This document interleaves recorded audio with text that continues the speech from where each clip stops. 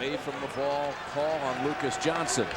Johnson with the call, and we saw Owens get a couple of those reach calls, and Johnson picks up his third now. So Capalier coming in, and Illinois in a little better shape to replace Johnson than is Penn for Owens. Tennessee was down double digits, but now the Vols have tightened things in Birmingham at halftime. Owens in with his three. Jordan thought about it, almost released it. They need Langle, and he gets it. Three. Huge. He was 1 for 8 up to that point. That's a huge shot, confidence builder for him. Reduces the deficit to 4. And they stay in that zone now. Owens in the middle has good wingspan. Place for Capalier to go. Almost was a 5-second call. Bradford, three-pointer, yes. Why did that go in, Jim? Because he made a layup and got on the board. And got on the board, and he caught that ball and released. There was no more pump faking. Just a nice, smooth motion. Wonderful rhythm to that. Exactly. He just put himself out of rhythm on earlier shots today. So Langle and Bradford, who we talked about. Nickwe dumps it inside Owens for the easy lay, and Nickwe changed the regions. Clark Kellogg and I are going to get you all caught up right now. CBS Sports presents Pennzoil at the Half, sponsored by Pennzoil, specially formulated for today's stop-and-go driving. Stop, go, Pennzoil.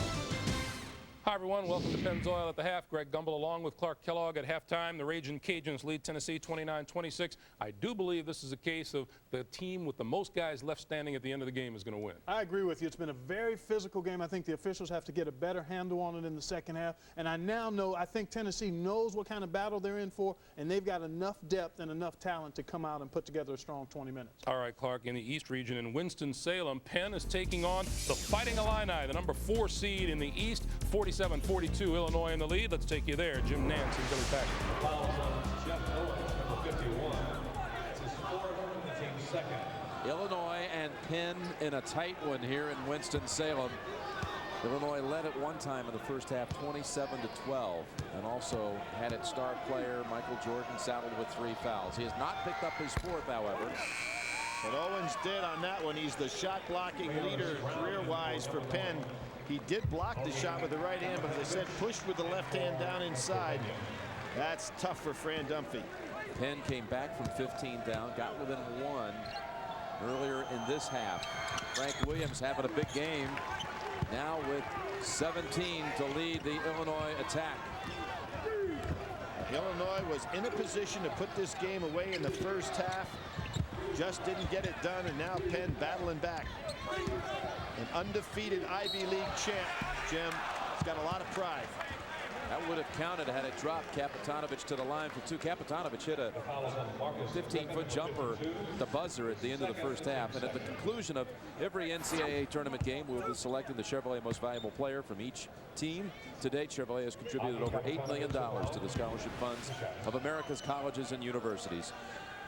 Kapitonovich with 1 more. Yes, the Quakers, Billy, 14-0 inside the Ivy League. Lost early in the season at Kentucky. That was a season opener, preseason NIT. Played a tight game at Auburn. That was when Auburn was down 7 with Porter. Fully stacked. Yep. At Temple, only lost by 4. Let's not talk about the Kansas game. Kansas lost by more than 40.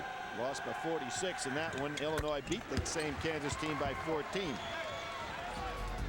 So we'll keep you updated on the progress of that game. Illinois' lead is now 6. Meanwhile, in Buffalo, first round in the East region, Seton Hall with a 1-point lead on Oregon as they begin the second half at the HSBC Arena in Buffalo. Let's take you there live. Ian Eagle and Jim Spanarkel are courtside.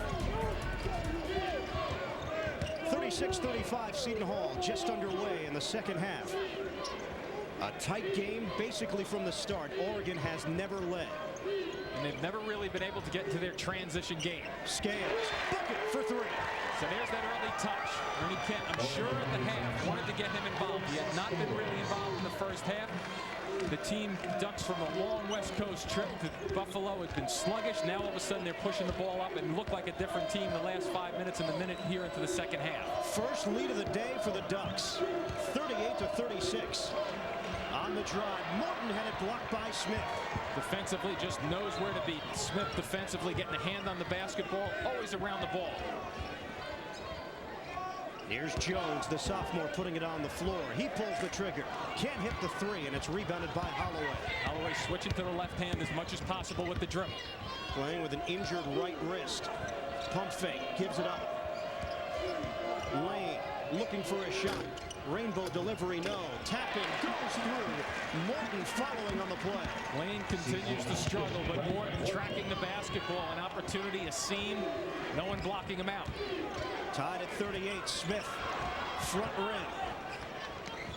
They're challenging Dallenberger, that's for sure. Jones off penetration, couldn't spin it home, and the long rebound comes out to Holloway. Pull-up jumper, strokes it over right. Bodies flying once again. And it's rebounded by Oregon. Wright comes out of the pack. Lane slow to get back. Here's Scales. And a foul call. Little out of control. 3-on-2. They had the numbers also. The Ducks coming down the floor pretty quickly. Really didn't have the great spacing that you would like to see on a fast break. But look to your right. There's a man wide open. Tries to go a little fancy. Gets out of control. Runs over a defender. Offensive foul on Scales. And he is charged with his first. Ty Shine is checked into the game for the Pirates. Here's Holloway, penetration, breaking down the defense for the running one-hander. That's a different shot to be able to use your hand. You notice he went underneath, so it doesn't really affect him shooting the ball like a jump shot. Look out, the lob. Too high for Scales, out of bounds. Jones was looking for the alley-oop. And I like the aggressiveness, though, by the Ducks down their end of the floor offensively. Clearly, they talked about it at half, I'm sure, about up-tempoing this game as much as possible. Ernie Kent really trying to get something out of the transition and really picking them up offensively to this point. About 5 minutes of about 23 minutes really stagnant for them. Frederick Jones, the high school player of the year in Oregon, is now on the bench, replaced by Anthony Norwood. Seton Hall up by 2. 3 minutes elapsed here in the second half. Caucanis puts it on the floor. They need somebody to find a way to score is their problem, Seton Hall. Shot clock at 7 and a foul called as they try to get it to the post, and Dallenberger, A.D. Smith using the body. Got a feeling that will be tense coming down the stretch. Seton Hall with a 2-point lead on the Ducks of Oregon. One other game to tell you about in Nashville. UNC Wilmington having a tough time getting on track. 26-14, the Bearcats lead it at halftime. Games to come this afternoon going to feature number 5 seed Florida in the East, number 2 seed Temple in the East, and 5th seed UConn, the defending national champions, in the South. We'll take a timeout and we'll send you back to Birmingham in just a moment. Thank you for joining us, everyone, here on Pennzoil at the Half. Pennzoil at the Half has been sponsored by Pennzoil, specially formulated for today's stop-and-go driving. Stop, go, Pennzoil. Ryan Fletcher with that deuce. He has 8. 30-14 Cincinnati. Whenever you get Fletcher on the low post by himself, though, it's a difficult guard because he does have multiple skills in taking it inside and outside. Ebong. Nice jump hook in the paint. Victor Ebong. Those are the type of players they need. Someone on the low post to be able to give them some points so that the defense will loosen up a little bit for Cincinnati. It's just a question for UNC Wilmington right now. Will they grow in confidence on the offensive end of the floor? Defensively, they're still very sound fundamentally. They'll grow in confidence that they can get some successive baskets. Ebong has the ball again and is trying to be able to do that. Tate deflected that one. Fletcher in traffic. You can see how difficult it is when you have Fletcher on the low post, though. He has a little short game. He can shoot the 3, and especially has the power game, too, to be able to take it right to the bucket. He's 5 for 6 right now in field goals and is definitely doing a great job when he gets the ball in the block. Yeah, and I think the longest shot Fletcher put up was about a 12-footer.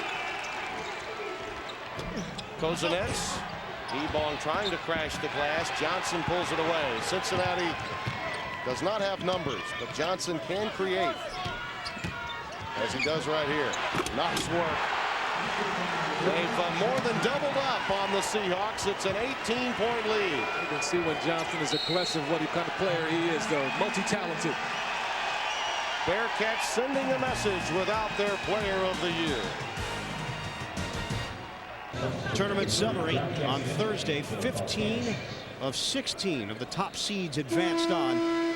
The only quote-unquote upset, if you want to call it that, Gonzaga, number 10, defeating number 7 Louisville. And some tight games as well, with St. John's going right down to the wire in the 2:15 matchup out on the West Coast against Northern Arizona.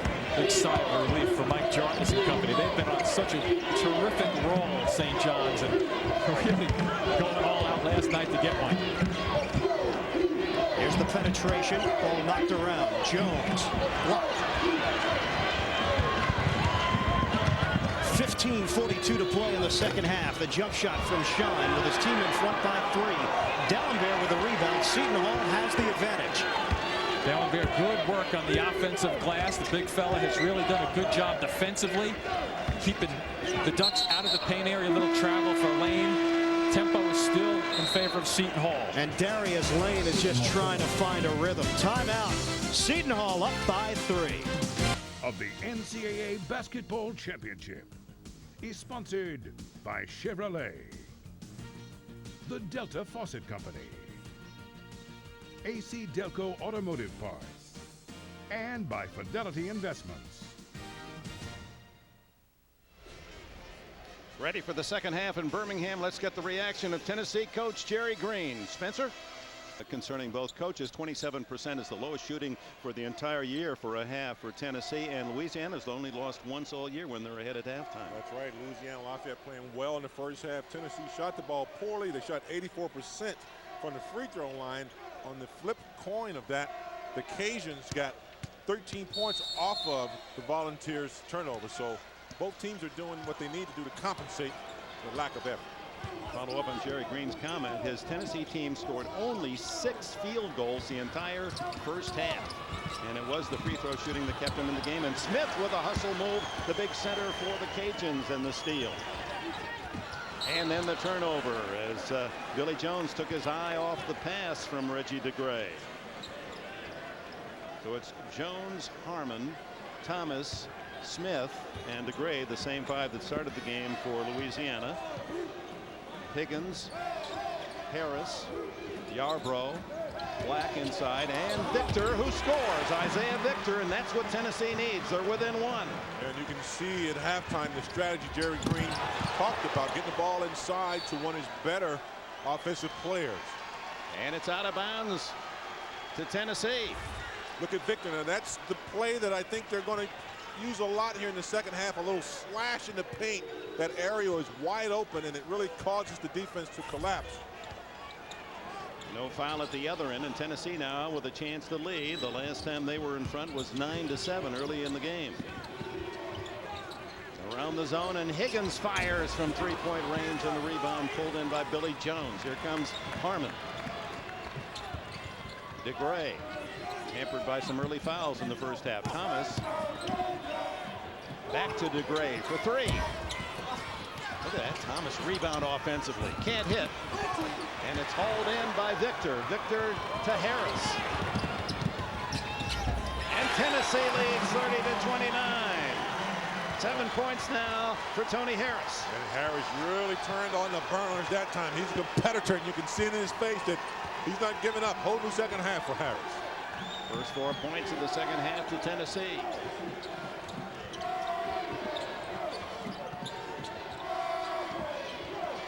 Good movement away from the ball for the Cajuns. A lot of inside screens, and now it's Harmon gets a pick. Back to Smith, who takes it to the hole. DeGray from the side. And Reggie DeGray for the Cajuns has his first basket, and it's Louisiana in the lead by 1. Reggie DeGray up from Walker, South Carolina, and Spartanburg. Team leader, plays the 3 spot a lot. Can hit that 15-footer as we've seen. And the foul, I believe, is on Isaiah Victor, who came in off the back of Smith. If it is, it'll be his second. Jerry Green appealing on the sidelines for Tennessee. Didn't see it that way. And I think they may have the wrong player. I'm not sure. It was 42 or 44.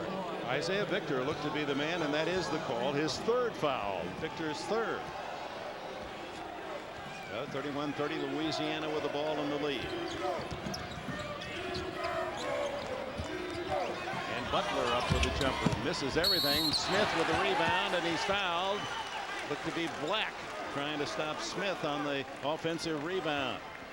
And Tennessee has made a major effort to get back in the ball game, but so far in the game they've given up way too many second shots.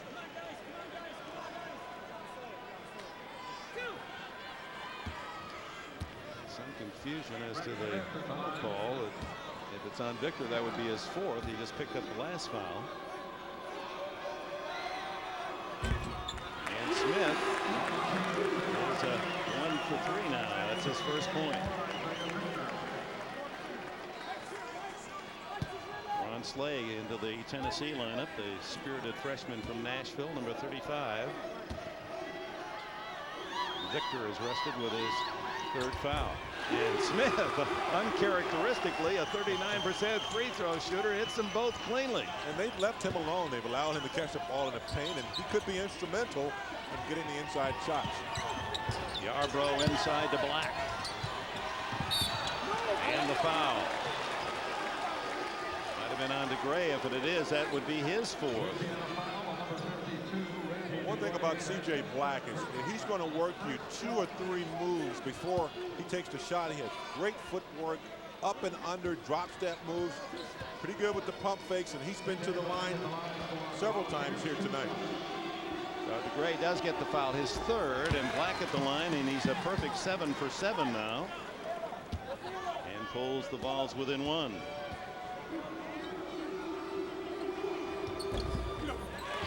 Eight straight from the free throw line for C.J. Black, and it's 33-32 Louisiana. Harmon hawked from behind by Harris. Butler to Thomas. Good setup. Well, Tennessee has not been able to stop Louisiana Lafayette from driving to the basket, and they've made some good interior passes. DeGray with a loose ball. Oh, Butler, what a save. Harmon for 3. Big basket for Louisiana, and they're back in front by 6. And what you're seeing now, Dick, is you're seeing the momentum being taken away from Tennessee. Tennessee had it the last 3 or 4 minutes of the first half and the first couple here, but beginning to change. And Blaine Harmon with his first points of the game. One of the leading scorers for the Cajuns.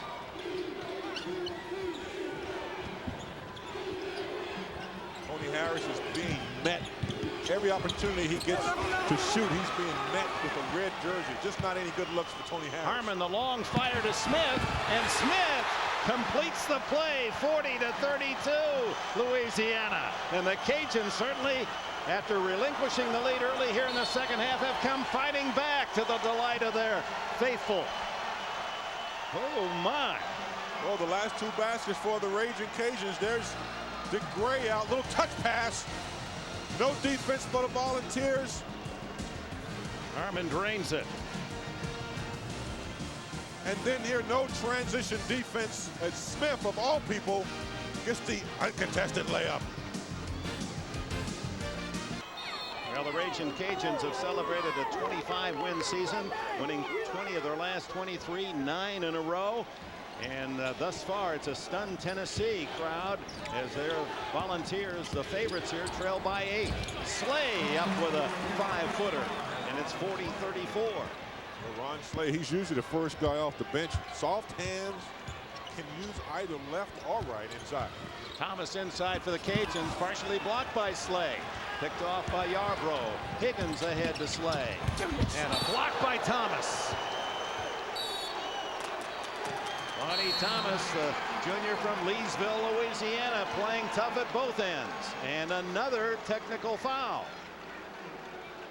Now Tennessee trying to get out before the defense gets set. Now there's Butler coming over. Appeared to be on Reggie DeGray, James Worthy, and if it is a foul on DeGray, and I think also the technical. The personal foul is on DeGray.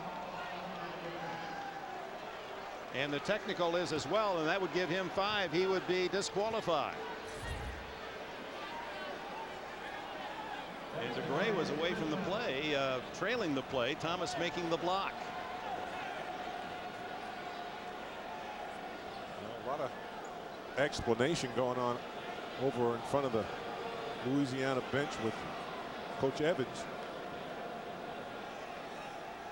Trying to figure out exactly what you just said, Dick. Where was DeGray? Because Butler was around, and then Thomas came in. Another correction for the referees, I believe.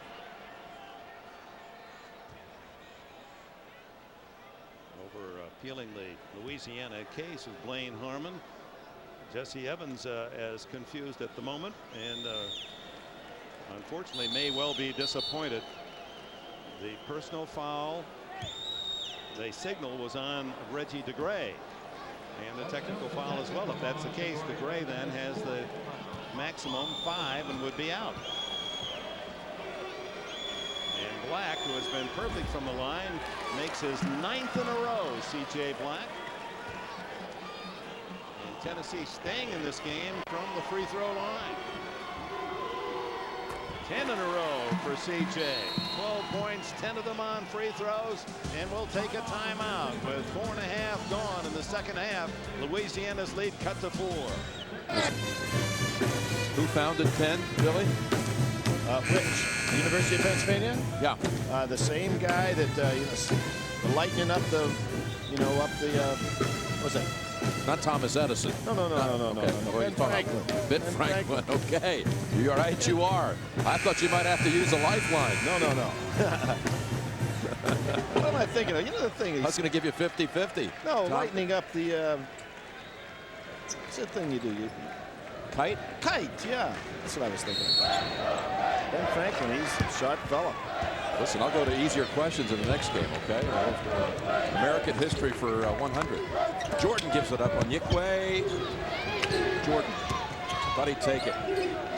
Jordan making some nice crisp passes in there, but without Owens in the game at low post. And here you see Illinois coming out in the zone. Way outside. Jordan, nope. Griffin with another strong rebound. Griffin's had a great game. And think about it, Brian Cook had a great game against Indiana to put Illinois in the second round of the Big Ten. Then he had the great game against Penn State. As we mentioned, made all Big Ten tournament, but he has seen little to no action here in the second half. Lon Kruger just riding with Marcus Griffin. Now they're spreading it out, using a little clock. Penn not yet in a position to go ahead and foul. 2:45 though, not a whole lot of time to go. Down to 7 seconds. Bradford driving. Turnover. Now Illinois not taking advantage of good crisp play in the half-court set. Lon Kruger perhaps 238 away.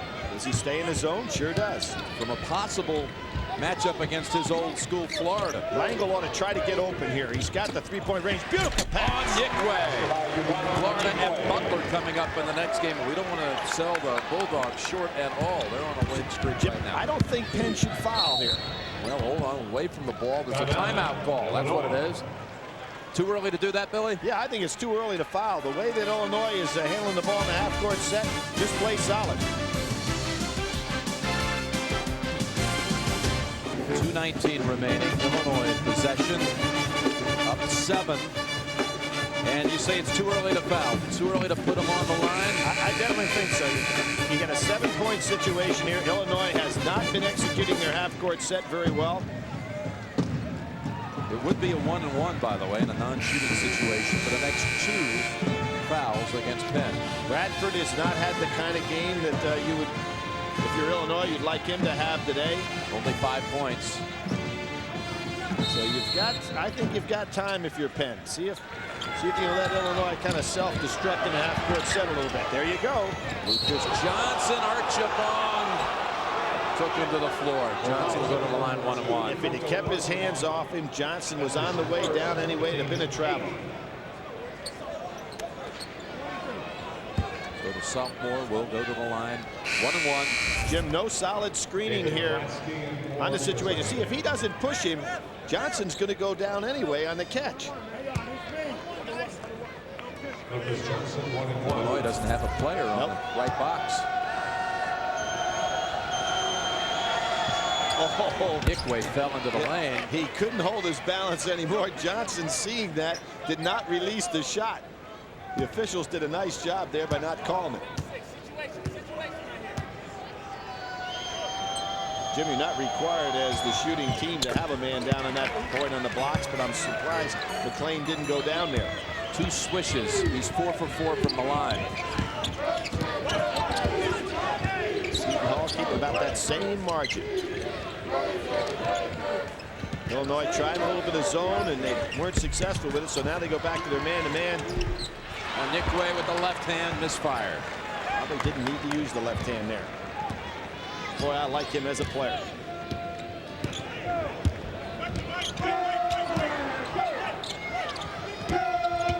Illinois' last 4 points from the line. 7 minutes without a field goal.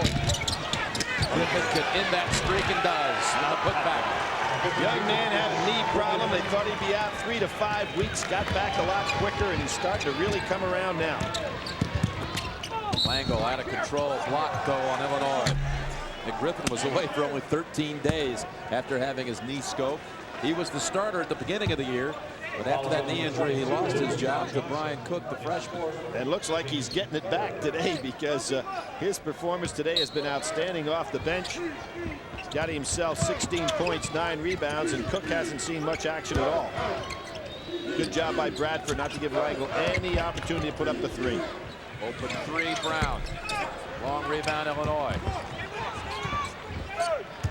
And McLean, you don't want to get fouled here. Pass the ball to a teammate. Minute 5 to go. Just keep the ball moving like a hot rock. Of course, you got your 80% free throw shooter here.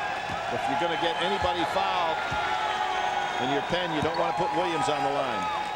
The Chevrolet most valuable players of the game are Ugonna Onyekwe, the freshman for Penn, Frank Williams. Could have been Williams, could have been Griffin.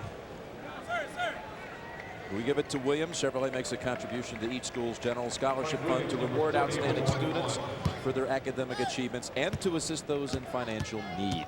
Jim, I mentioned about Black Sunday where Penn was victorious here in North Carolina, but I think of all the Black Sundays for Penn, I've got to go back to 1971.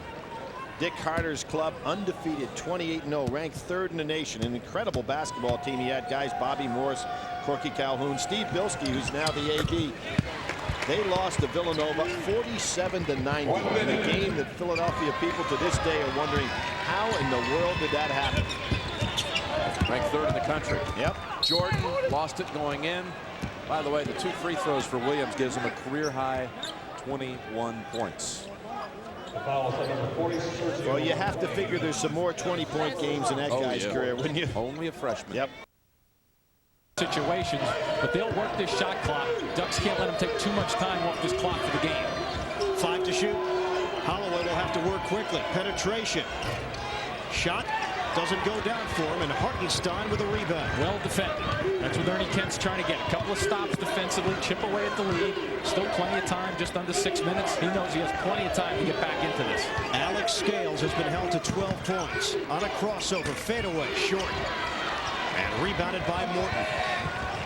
The guy who just can't get his shot to go down. You can see all the instincts on that one play. A great cross, go to the middle of the lane, elevation, shot just comes up short. Now 4 of 12 from the field as Kokanis took a shot. He went flying. No call. Penetration, shine, air ball, out of bounds. You know you've done a good job on the defensive glass blocking out when the ball hits the floor a couple of times and nobody gets to it. Although Tommy Amaker would have liked to have seen a call go the other way, the ball is going the other way. Oregon Ducks came up with more regular season wins than any Oregon team since 1945. A great regular season. Norwood off the penetration. He banks it through. Also taking advantage, which is smart play by Norwood, isolating him on the left side just then against Kokanis, which we've documented as the bad ankle. And they're going at him a little bit at their offensive end. Smart coaching by Ernie Kent. 6-point game. Morton attacking the rim, dropping it inside for Dellenberg, and a foul call. Regional final against Kansas. Lost that ball game. Kansas then goes on to win the national championship, beating Oklahoma in the final. You know what it has to be for a guy to play a Kansas State player, to take a Kansas State team to a regional final and lose to Kansas? Of all teams. Oh, man. Of all teams. That had to be tough. Lon, one of the greatest players in Kansas State history. One of the greatest players in the history of the Big Eight. Well, he was not only the Big Eight Sophomore of the Year that season, sophomore season, but he was named the league's MVP in both 1973 and 74. Right. 2 shots for Lucas Johnson. He's a perfect 4 for 4 today. And you jinxed him, Jim, but he's had an outstanding game.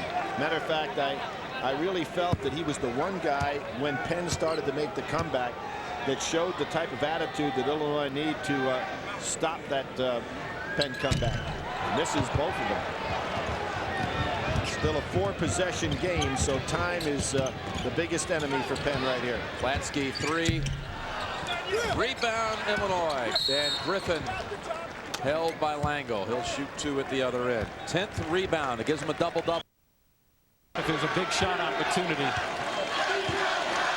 57-53 Pirates as we hit the 4-minute mark, second half. Gracie hands off. Norwood a 3. Got it! A 9-0 Ducks run. Norwood at 38% from the floor, knocking one back. Timeout. Seton Hall, 1-point Pirates lead. Tournament. What I can see in the future, and Illinois will be one of the top teams in the country next year, is Griffin and Cook on the floor at the same time. Because although Griffin's a low post player and will stay there, Cook is a guy that shows a lot of potential to be able to play on the outside some. They've got a well-stocked roster. But for Penn, you're talking about the goodbyes now to Michael Jordan and his roommate Matt Langle. What a career they've enjoyed for the Quakers. See if Jordan get one more basket for him. Johnson with the rebound and another foul. Jordan 3 for 10 from the field today, and we're going to advance the Fighting Illini to Sunday to take on the winner of the Florida Butler game. And again, Butler, not to sell them short, but should Florida advance, it'll be certainly extra meaningful on both sides for Lon Kruger, especially. Huh? Talking about a homecoming. Well, when you took a look at the common opponents between these two teams, and you said at the top of the show, Jim, Penn taking on a very aggressive schedule early on to get themselves ready for this. Here we see wholesale substitutions, but the losses to Kentucky, Auburn, Kansas, and Temple. Illinois beating Kansas and then beating Penn State 3 times, of which a team that Penn lost to the one time. Here's Norwood giving it up around the perimeter. Penetration and pull-up. The jumper for Scales. I'll tell you what the sign is for the Ducks. The ability to get off the floor. Scales did not get off the floor all afternoon as well as he did on that one jump shot. He seems to really have the legs back. The Oregon section on its feet here in Buffalo with Seton Hall up by 1. 3 minutes to play. Here's Morton. And put it on the floor. That's what you wanted to. Dan Solomito comes off the bench and knocks down a 3. Sitting there all day long. Says, I could do it. Oh, yeah. Coach, what were you thinking about not having me in there? Only a few feet away from where he'd been sitting all day. Lon Kruger in Illinois advancing to the second round. Let's send you back to New York to our friends there, Greg Gumbel and Clark Kellogg. All right, Jim, so the Big Ten moves to 4-0 in the tournament. Illinois with a win over Pennsylvania. Meanwhile, in Buffalo, Oregon and Seton Hall, a 1-point game under 2.5 to play. Ian Eagle and Jim Spanarkel are there, and we are in a timeout, but Oregon has made themselves a run to get back into this game. Well, Oregon is 12-4 in games decided by 7 points or less. They've shown the ability to come back. They're an experienced team that can hurt you from inside as well as outside, and they're an excellent free throw shooting team, Greg. 74% as a team on the year. Clark, what was Seton Hall doing earlier in this game that they haven't done lately? They're starting to play prevent offense. They were attacking, going to the bucket. When they got the lead, they started playing passively. All right, let's go back to Buffalo. Ian Eagle, Jim Spanarkel.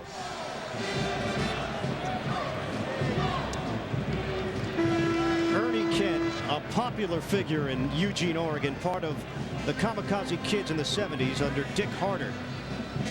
Kent comes back to his alma mater, takes over, and has his team in a tough battle with Seton Hall in the first round. 2:26 to play. We're in the second half. Seton Hall 59, Oregon 58. Just moments ago, it seemed like the Pirates were ready to pull away, leading by 10. The whole storyline basically for the Ducks has probably been, when you look at them struggling the whole way to try to get into their transition and up-tempo game, it's taken them the better part of 36-7 minutes or so to get to a comfortable level on the floor. Game reset. Take a look at those team fouls. Only 3 so far on Seton Hall. The next one called on Oregon will put them over the limit. 2:15 left. 12 to shoot. They have some options with Norwood and Scales playing confidently right now. Shot clock is down to 7. Norwood controls it, using the Hartenstein screen. High arcing delivery. Rebounded by Bracey. The fire is good. Bracey has given them a terrific lift off the bench, working the glass, banging bodies down deep. Ducks lead by 1. Down to 1:46 left. Caucanis gets a touch. Here's Lane searching for a stroke, and it's there. A 3. Just incredible. 4 of 17 from the floor, and he hunts down a shot in a tough situation. Wow, that's finding the basketball. 12 points for Lane, 4 of 17 shooting.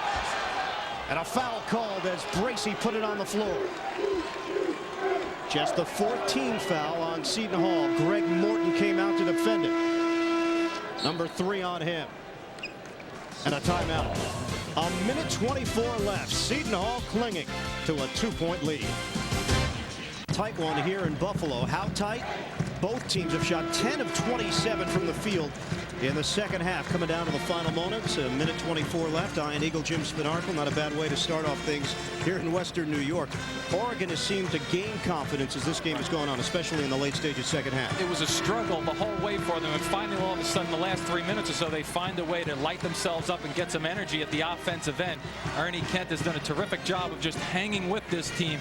Really what it comes down to, you can wipe all the stats away. It's the beauty of basketball, especially in March, is it comes down to games like this. Who's going to execute and make less turnovers or mistakes? Ducks with the ball, looking for the tie or the lead with a 3-pointer. Right on a bounce for Bracey. Bracey working with Morton. Spin move to the rim. Banks it home for the tie. Is he ever active? Good opportunity. A little isolation for Bracey. You can see the bounce in his legs going right after it. 1 minute left. First round of the East region. The 7th seed Oregon 62. The 10 seed Seton Hall 62. All knotted up. See if Holloway can try to get something going towards the basket and free up a shooter on the wings. 10 to shoot. It's going the other way. Oh, Dallenberg with a sliding screen picks up his 3rd foul. What a call. What an unfortunate opportunity for Tommy Amaker and the Pirates. Not the big guy not holding his ground. A costly whistle for Seton Hall with 44.9 left. Step in right over there. Yeah, and he keeps moving up and sliding out. The big fella has to hold his ground in that particular situation. A 9-second difference. Shot clock to game clock, and Ernie Kent takes a timeout. 38.8 left. 62-62, Seton Hall in Oregon. Coming up next here on CBS, first round action continuing. Butler taking on Florida. Lafayette and Temple here in Buffalo. Approximate time 2:47. UNLV and Tulsa in the south, and Utah State and UConn. Most of you will be seeing UNLV and Tulsa matching up in first round play. 38.8 on the clock. Seton Hall 62, Oregon 62. Each team with 2 timeouts remaining. Oregon basketball. Tommy Amaker sticks, I'm sure, will stay with the man-to-man. You start thinking about changing defenses right about now. The thing about the Ducks, though, is that they have pretty good hop from their wing players right now. So the Pirates just have to basically stay to their man, play one-on-one defense, and really see which one can tighten up the reins. 9-second differential. Shot clock to game clock. 25 seconds to play. All tied up, 62 apiece. Right on a bounce inside. Bracey couldn't handle it initially. 9 to shoot. Norwood Looking for Bracey. They got him. 5 to shoot. Bracey to the rim. Leaning in. And a foul call. An isolation of taking Bracey away from the basket. That brings D'Alembert out on the floor. You neutralize a 7-footer's advantage by bringing him and stepping him away to 15 feet. And look at the isolation. All of a sudden you get D'Alembert moving and having to try to block a shot really on the move when he's better just standing still waiting for a second opportunity. Free throws looking for the lead. Brian Bracey, a junior college transfer from Malcolm X College in Chicago, Illinois. Hits on the first, a 71% free throw shooter. It has been an emotional year for the young man from Chicago. His father committed suicide over the summer. And Brian Bracey is at the free throw line with a chance to give the Oregon Ducks a 2-point lead. 12.7 on the clock. Hits the second. 64-62. Has to get something going towards the basket. Holloway, 6 seconds. Now Kaukanis, drive to the rim, layup. We're tied. 3.3 left. The Ducks were thinking that Seton Hall was going to go for it all and go for the win. They lure him out and they break him down. Timeout with 3.3 on the clock. 64-64. The Hall in Oregon.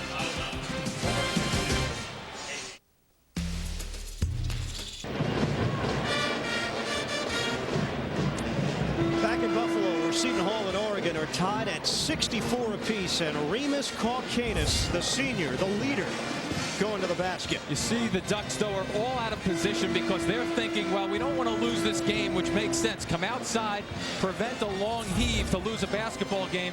Kaukanis, that's why Tommy Amaker has him on the floor, though. Even struggling through the injury problem with the ankle, they need his poise on the floor. Oregon, though, will get a final opportunity with 3.3. Well, you look where they're going to inbounds the basketball. I mean, it's going to be a long way to go. Seton Hall wants to prevent the ball getting really to half court easily. So if you catch, you want it going towards, away from their basket. Jones tossing it in. Smith, 2 seconds. 1 second, he'll hold it, throw it at the buzzer. And we are going to overtime. I don't have a problem with that because you do not want to cause a problem in your backcourt. So that's a heady play by Smith, even though it didn't look like it. First game of the day in Buffalo. We need an extra session. 64 apiece. A little verbal thing going. Took him out of his game. Victor Ebong, in fact, is the only UNC Wilmington player in double figures with 15 points. Cincinnati did a really good job of taking out the main players, though, which was Blizzard and, of course, so Perrine out of the offensive structure, and other players had to be able to take the shots. 62-47. Cincinnati by 15. Victor Ebong does have 15 for UNC Wilmington, but the star guard Brett Blizzard held to just 5 points by Pete Michael and this outstanding Cincinnati defensive team. And as the fans rise, the cheerleader with crutches, Kenyon Martin, exalts them. And Fletcher, not there. Pulled down by Craig Callahan. A steal by Satterfield. A lot of balance from this Cincinnati team, particularly in the second half offensively. 3 players in double figures. Tate and Fletcher have also helped out. A rare offensive rebound to close it. Callahan's jump hook doesn't fall, and Cincinnati advances 64-47. Bob Huggins angry at his number 2 seed, but no doubt able to put it behind him, go out and beat a UNC Wilmington team that gave it all they had. They just didn't have enough in their offensive arsenal once Blizzard was taken out of the game. Well, they did, but also they had to go up against a great defensive team also, and they did their job today. Looking forward to the next game on Sunday. Here are the brackets now. Cincinnati advances. They'll await the winner of the Tulsa UNLV game, which will be coming up shortly here in Nashville. Our Chevrolet players of the game, Victor Ebong, as we mentioned, the only player in double figures for the Seahawks, 15 and 7. Pete Michael, 15 and 6, and an outstanding defensive job he did today on Brett Blizzard. For Rolando Blackman and Jimmy Dykes, Tim Brando, so long for now from Music City, USA. Back to New York and our colleague Greg Guffel.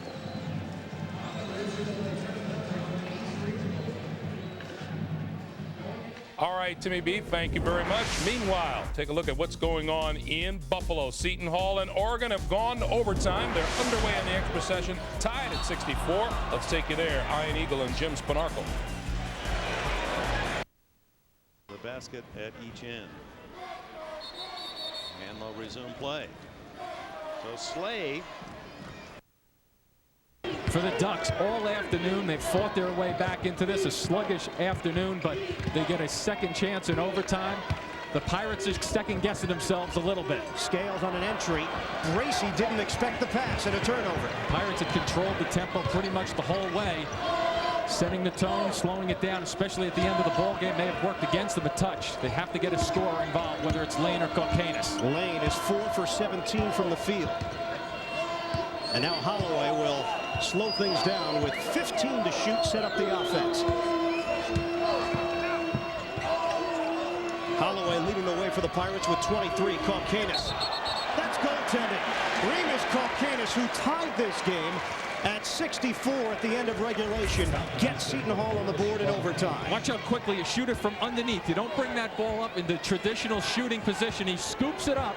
The reason you scoop, get it off the hand quickly, get it up fast, and force the goaltending call.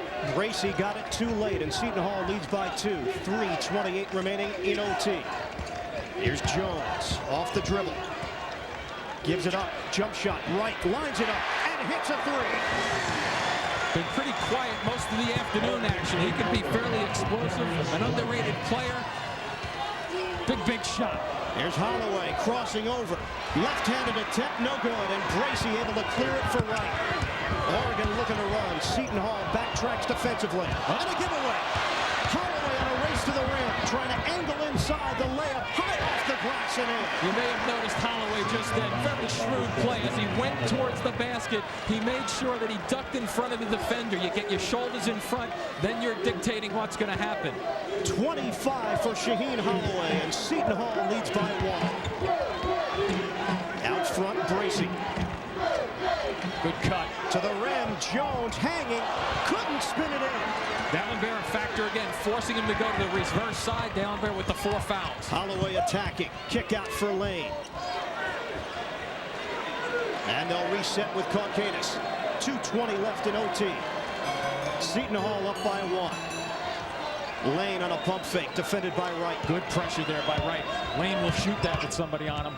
Kaukanis spin move to the rim, little flip, no, not to the outside. Dallenberg, risky pass, he could have reset it. New shot clock goes the other way. Scales, an explosion to the rim. He missed the dunk. Ernie Kent living off the bench, looking for a call, no call. Dallenberg once again defensively.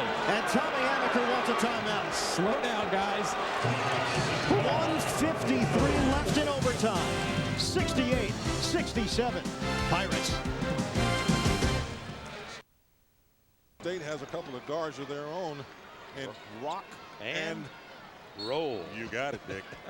You'll be doing a lot of that in the next game here. 19 straight wins for the Aggies. They go against Connecticut here in Birmingham. 2-point game. Tennessee.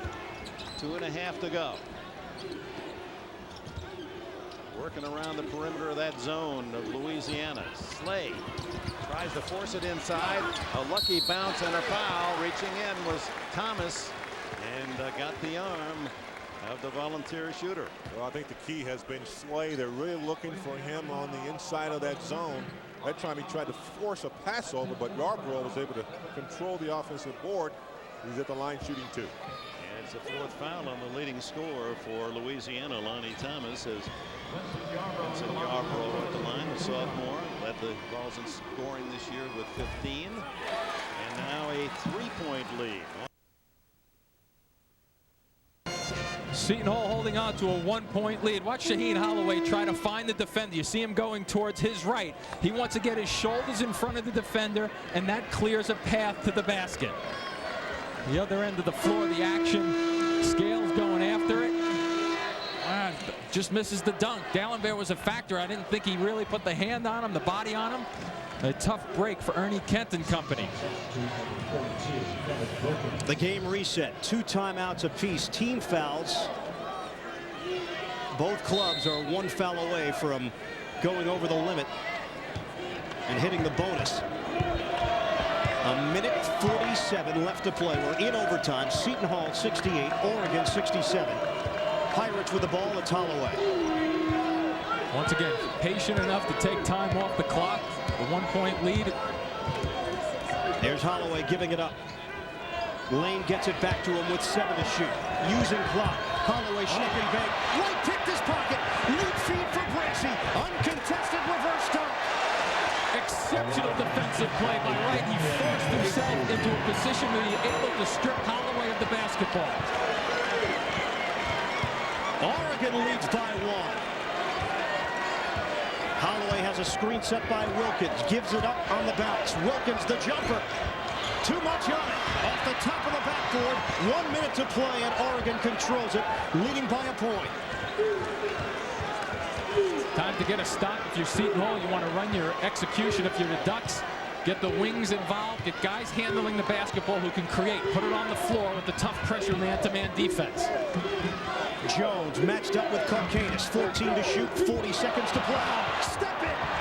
Darius Lane to the goal for 2. Oh, did he ever tuck the ball away also to protect it from being blocked again? We're even on the shot clock versus the game clock pretty much. Back and forth we go, and Seton Hall up by 1. Oregon takes a timeout with 32 seconds left in overtime. Staying back in the zone. Tennessee with the advantage of the lead of 4 points. Going to burn up as much time as they can on this possession. Now down to 10. And then Harris for 3. That could have been the dagger. Higgins had the loose ball. And Bonnie Smith for Louisiana. Harmon hurries it into the offensive end. Final minute. Butler for 3. Not there. Butler gets his own rebound. Smith takes it up and scores. The big Aussie makes it 60 to 58, and time called with 45 seconds to go.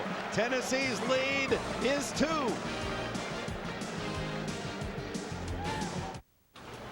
With Seton Hall leading by a point in overtime, it's turned into a game of defensive opportunities. First Wright getting Bracey down the floor. I'm not sure if I would have tried that fancy dunk, but then Darius Lane comes back with the steal, tucks the ball away, and puts it in. What a terrific finish to this overtime match. 32 seconds left. There is a 1 second difference shot clock to game clock. The game reset with Seton Hall up by 1. You see the timeout situation. Possession arrow favors Oregon. In overtime, Seton Hall 70, Oregon 69. 20 seconds left. Spread the floor with Scales, matched up with Karkanis. 13 seconds. Scales fading away for the lead. Off the rim. The follow was blocked, and a foul. Jones is going to the free throw line. Morton went up big time to try to block that shot. A good look once again. Ball's going to kick off softly. Yeah, that's a good call. That's a very good call, though. Morton got up, got the right side of the hand and arm. Ernie Kent likes the call, the reaction. The Ducks like it, but it's the correct call, which is the most important thing. Frederick Jones will go to the free throw line at a Barlow High School in Oregon. He decided to stay at home and attend Oregon University. He is 2 for 10 from the field, 1 for 1 from the line, and Pick. We had a great angle at it. Well, and how? And Tony Harris was out of control. Here it is again, and here comes Smith right here. Boy, that looked like a good, clean steal to me. What did he do wrong? Here it is again. Harris out of control, almost stepping out of bounds. Met Smith on the trap. Boy, that's a whistle that could decide the game, and then they let Slay slip in there, and boy, Smith is going to be called for a flagrant foul, intentional foul, and that means 2 shots and the ball. As Smith, in part in anger over that last call, and he bullied down Slay. So this could well decide it here in the final minute. Louisiana playing so very hard for Jesse Evans. His team played terrifically well today, and from many angles appeared to get a rough call here against Smith on the steal. Well, regardless, I think the steal was clean, but you have to keep your head, recognizing how much time is left. You know, I can't believe they let Slay get that. Free throws may determine the outcome of this one in overtime. 8.7 left. Tommy Amaker's Seton Hall Pirates have a 1-point lead on Ernie Kent's Oregon Ducks. And Frederick Jones, maybe the most important recruit that Kent has landed in his 3 years with the school, will go to the free throw line with a chance to give his team the lead. Now, Amaker's timeout just then, too, Ian, is to ice the shooter a little bit, but also to talk through your strategy when the ball goes up. You have to make sure you're blocking out, obviously. Hits the first. Tied at 70. Still one timeout remaining for each team. This is where the strategy comes in. Block out first, get the ball. Gets the roll on the second attempt. Oregon up by 1. Holloway. 4 seconds. Holloway length of the floor to the rim. Oh! Got it! 1.9 left at the buzzer, and that's it. Seton Hall pulls it off, and the Pirates are going to the second round. They beat Oregon in overtime, 72-71. It's all about senior leadership. A lot of games are won with the backcourt. Shaheen Holloway taking over, going the length of the floor. Not a Duck standing in front of him, forcing the action, making things happen. A remarkable drive by Shaheen Holloway, pushing the ball up the floor. Down, here we go, through the middle of the lane. Somebody has to step in, but he's shifty enough to drop one down and knock it back. And what a fitting way to end it. Up and down all day. Seton Hall a winner, and now let's take you to Birmingham, Alabama. South Region first round, Louisiana and Tennessee in a tight one. Dick Enberg and James Worthy. Into the two-shot situation. Underdog Louisiana within 2 of favored Tennessee, 60-58. 13.3 seconds to go. Tennessee inbounding the ball after the flagrant foul, but Ron Slay missing both of his free throws, and there's the quick foul by Kenneth Lawrence on Tony Harris. They had to foul one of the better free throw shooters for the Volunteers. He's hitting nearly 75%, and that's exactly what he is today, 3 for 4. Quite a battle here in Birmingham in round 1, the first game. Absolutely, and the last minute has been some exciting basketball with Ron Slay missing 2 free throws and Tennessee getting the ball back after the flagrant foul by Smith, and that puts the ball in Harris's hand, and he knocks down the first of 2 free throws. 61-58, and if Harris connects on the second free throw, then it puts Louisiana in a 2-possession situation. Louisiana leading by as much as 12 points late in the first half. They led 40-32 here in the second half. Tennessee finally caught them at 42, and it's seesawed since then.